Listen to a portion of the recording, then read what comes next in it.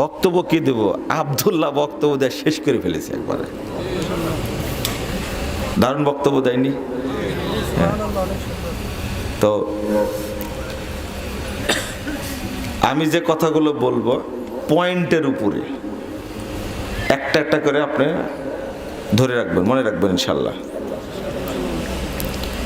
আমি বললাম যে বক্তা তো মানে ওই যে রাশেদও বক্তব্য দিলে তো মনে হয়, তাই না? এরাই যথেষ্ট ছিল, বুঝছেন?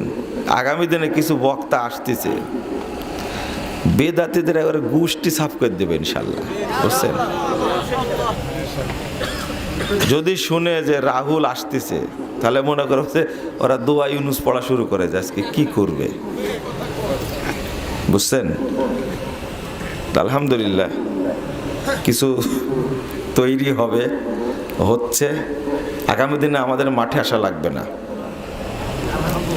আর আমরাও দোয়া করি, অন্তত আমার ছাত্রদের জন্য দোয়া করি, আল্লাহ এমন আলেম বানা ওদেরকে, এই যুগের তারা যেন আলবানি হয়, এই যুগের জন্য ইবনে তাইমিয়া হয়। এই উপমহাদেশ থেকে শিরিক বিদাতের শিকড়, আখড়া, খানকা, মাজার ভেঙ্গে চুরমার করে নিশ্চিহ্ন করে দিতে হবে ইনশাআল্লাহ।